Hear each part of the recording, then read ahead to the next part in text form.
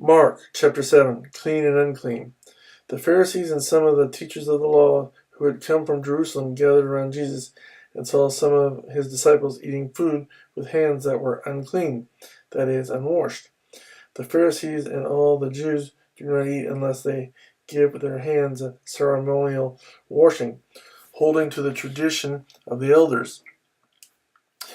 When they come from the marketplace, they do not eat unless they wash, and they observe many other traditions, such as the washing of cups, pitchers, and kettles.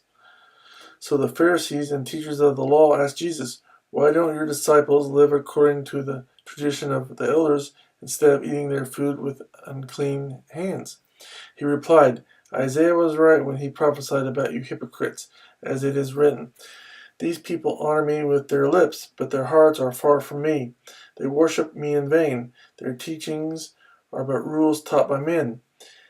You have let go of the commands of God and are holding on to the traditions of men." And he said to them, "You have a fine way of setting aside the commands of God in order to observe your own traditions. For Moses said, 'Honor your father and your mother,' and anyone who curses his father or mother must be put to death. But you say that if a man says to his father or mother, 'Whatever help you might otherwise have received from me is Corban,' that is, a gift devoted to God, then you no longer let him do anything for his father or mother. Thus you nullify the word of God by your tradition that you have handed down, and you do many things like that."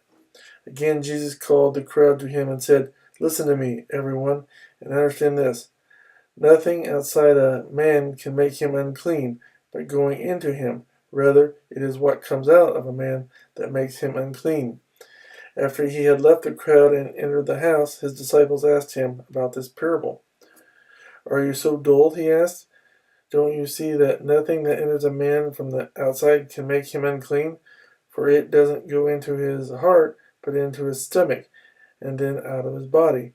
In saying this, Jesus declared all foods clean. He went on, "What comes out of a man is what makes him unclean, for from within, out of men's hearts come evil thoughts, sexual immorality, theft, murder, adultery, greed, malice, deceit, lewdness, envy, slander, arrogance, and folly. All these evils come from inside and make a man unclean." The faith of a Syrophoenician woman. Jesus left that place and went to the vicinity of Tyre. He entered a house and did not want anyone to know it. Yet he could not keep his presence secret. In fact, as soon as she heard about him, a woman whose little daughter was possessed by an evil spirit came and fell at his feet. The woman was a Greek, born in Syrian Phoenicia. She begged Jesus to drive the demon out of her daughter. "First let the children eat all they want," he told her, "for it is not right to take the child's bread and toss it to their dogs." "Yes, Lord," she replied, "but even the dogs under the table eat the children's crumbs." Then he told her, "For such a reply you may go. The demon has left your daughter." She went home and found her child lying on the bed and the demon gone. The healing of a deaf and mute man. Then Jesus left the vicinity of Tyre and went through Sidon down to the Sea of Galilee and into the region of the Defiles. There some people brought to him a man who was deaf and could hardly talk, and they begged him to place his hand on the man. After he took him aside away from the crowd, Jesus put his fingers into the man's ear. Then he spit and touched the man's tongue. He looked up to heaven and with a deep sigh said to him, "Ephphatha," which means "be opened." At this the man's ears were opened, his tongue was loosened, and he began to speak plainly.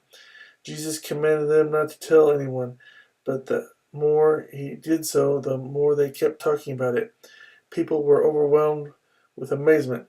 "He has done everything well," they said. "He even makes the deaf hear and the mute speak."